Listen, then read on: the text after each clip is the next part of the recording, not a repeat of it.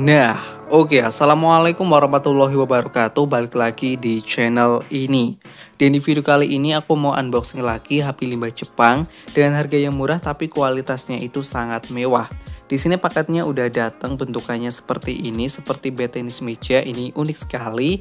Untuk HP-nya sendiri di sini adalah Sony Xperia 8. Ini adalah HP kelas menengah dari Sony, keluaran tahun 2020. Usianya belum terlalu tua tapi harganya itu terjun bebas alias cukup murah. Aku dapat HP ini dengan harga 900-an ribu aja. Untuk harga normalnya itu di angka 1 juta sampai dengan 1,5 jutaan. Itu tergantung kondisi, kelengkapan, serta minusnya apa. Dan seperti biasa yang berminat dengan HP limbah Jepang seperti ini bisa cek link yang ada di deskripsi. Habis ini kita buka paketnya aja untuk melihat kondisi HP yang saya dapatkan itu seperti apa. Masih bagus atau enggak, soalnya ini kan harganya cukup murah. Dan tanpa berlama-lama langsung kita unboxing paketnya aja. Untuk unboxingnya saya cepetin biar tidak terlalu lama.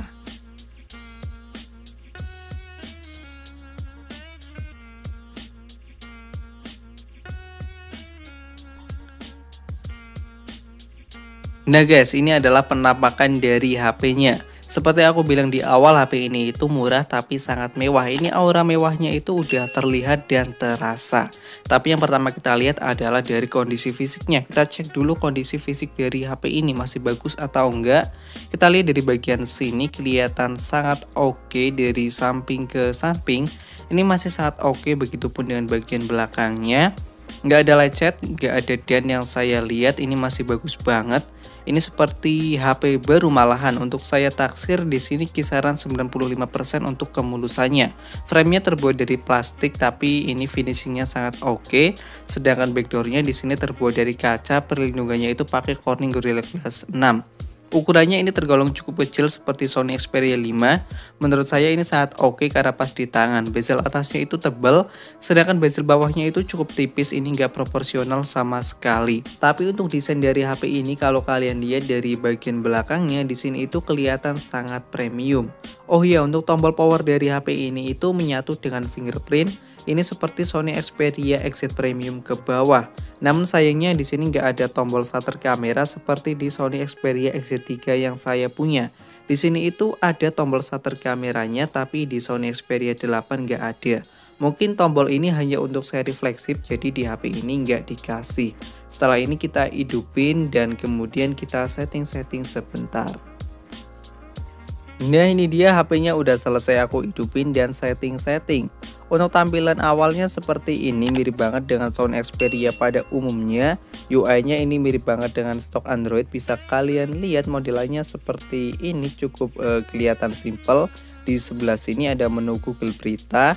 Tapi sayangnya ini kan versi Jepang, jadi banyak bloatware nih, bisa dilihat bloatware-nya itu banyak banget. Tapi untungnya bloatware dari HP ini bisa di uninstall, jadi penyimpanannya mungkin akan lebih lega setelah kita uninstall. Untuk SIM card dari HP ini aku juga udah coba masukin SIM card Indonesia, di sini kebaca, alhamdulillah ini gak keblokir, dan 4G-nya juga muncul, bisa digunakan untuk internetan. Ini IMEI-nya bisa dikatakan cukup aman. Lalu kita cek juga Android dari HP ini sekarang berada di Android berapa. Kita cek di tentang ponsel. Kita cek dan di sini Androidnya berada di Android 10. Ini bisa dikatakan cukup ketinggalan. Soalnya sekarang yang terbaru itu berada di Android 13. Lalu untuk baterai dari HP ini kita lihat juga sekarang itu masih di 80%. Ini baterainya bisa dikatakan cukup sehat alias belum ngedrop. Lalu untuk penyimpanan dari HP ini kita cek juga di pengaturan. Kita itu dapat yang berapa GB. Di sini kita lihat kita dapat yang 64 GB. Ini cukup mepet tapi untungnya bisa diekspansi menggunakan micro SD. Lalu di sini yang kemakan oleh sistem 14 GB. Dan buat kalian yang mau beli HP X-Inter, HP limbah Jepang atau HP luar negeri, pastikan HP-nya itu dalam kondisi yang terbaik alias normal dan gak ada kendala. Itu wajib, soalnya HP kan biasanya dipakai jangka panjang alias bukan sehari 2 hari. Biasanya tiap HP itu mempunyai kode khusus untuk mengecek HP-nya masih bagus atau enggak. Seperti di Sony Xperia ini, kita itu pertama masuk ke telepon untuk menggunakan kode dialnya supaya kita cek HP-nya masih normal atau enggak.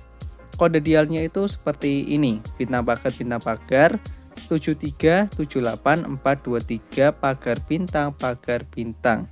Ini salah. Ulangi. 423 pagar bintang. Nanti kodenya itu maksudnya menunya akan muncul, tapi di sini nggak muncul. Mungkin ini karena habis di restart HP-nya jadi agak delay sedikit. Kita coba masukin ulang. Bintang pagar 7378423 pagar bintang. Dan di sini kodenya maksudnya menunya muncul. Ini namanya service menu. Untuk ngeceknya itu di menu service test. Nah, di sini ada beberapa menu yang bisa digunakan untuk ngecek HP-nya masih normal atau enggak. Seperti menu sentuh. Ini sentuhnya masih normal, soalnya nggak ada yang keputus. Kalau nggak normal biasanya ada yang keputus. Kemudian display kita cek juga. Displaynya masih normal, nggak ada shadow atau nggak ada apapun. Dan nanti saya akan tunjukin beberapa pengetesan aja, soalnya nanti kalau dites semua itu akan terlalu lama. Dan di sini kita cek juga baterai nih, baterainya itu masih sehat. Dan buat kalian yang mau beli HP Sony, kalian bisa menggunakan kode ini supaya kalian tahu HP yang kalian beli itu masih normal atau enggak. Kodenya seperti yang aku bilang di awal. Nah, kemudian kita beralih ke layar dari HP ini. Dia itu menggunakan aspek rasio 21:9 berukuran 6 inci menggunakan panel IPS LCD. Ini masih 60 Hz tapi perlindungannya udah menggunakan Corning Gorilla Glass 6. Spesifikasinya mungkin biasa aja, tapi kualitasnya ini cukup bagus. Bisa dilihat ini kelihatan cukup tajam, warnanya pun oke, gonjreng tapi tidak menusuk mata. View angle-nya pun ini luas, dilihat dari berbagai sisi masih kelihatan. Apalagi kalau kita pakai buat nonton, ini bakal mantep banget soalnya udah menggunakan aspek rasio bioskop. Kemudian kita beralih ke spesifikasi dari HP ini. Mungkin ini adalah bagian terburuk dari HP ini, soalnya dia itu masih menggunakan prosesor Snapdragon 630 2,21 GHz. Ini mungkin akan lebih buruk dari Pixel 3a yang menggunakan Snapdragon 670. Di Pixel 3a udah lewat, apalagi di HP ini. RAM-nya di sini juga masih 4 GB. Untuk kebutuhan berat mungkin di sini akan kurang, apalagi untuk gaming. Tapi untuk kebutuhan ringan ini kemungkinan akan cukup oke. Apalagi untuk chat ataupun Facebookan ini sih masih oke. Dan untuk baterai dari HP ini ukurannya cukup kecil, ini itu hanya 3000-an mAh aja. Tapi untungnya untuk pengecasan dari HP ini udah cukup cepat di angka 18 watt. Dan untuk speknya biasa aja. Tapi untungnya untuk body dan desain dari HP ini sih udah cukup oke. Dari bagian depan, samping, apalagi belakang ini oke banget, kelihatan mewah, premium. Dan ini kelihatan cukup berbeda daripada HP yang ada di pasaran sana. Kalau kalian bawa keluar HP ini mungkin ini bisa menjadi perhatian tersendiri. Lalu untuk kamera dari HP ini jumlahnya ada 2 di bagian belakang serta 1 di bagian depan. Kita habis ini akan coba kualitas kamera dari HP ini. Akankah sebagus Sony yang lain atau akan biasa aja? Kita coba kamera bawaannya. Kita coba foto ini. Kita coba jepret. Dan kita coba nih. Untuk shutternya ini kelihatan agak lambat. 2 kalinya kita coba, shutternya juga masih kelihatan cukup lambat. Ini shutternya lelet. Kamera depannya, untuk kamera depannya ini shutternya juga lelet. Kita lihat kualitasnya seperti apa. Kamera depannya ini jelek banget. Ini gak seperti Sony yang terkenal kameranya natural. Kamera depannya ini buruk menurut aku. Kamera belakangnya masih oke. Ini bisa dilihat masih kelihatan cukup tajam dan natural. Tapi kamera depannya ini jelek. Dan impresi pertamanya seperti itu. Untuk body dan desain dari HP ini oke.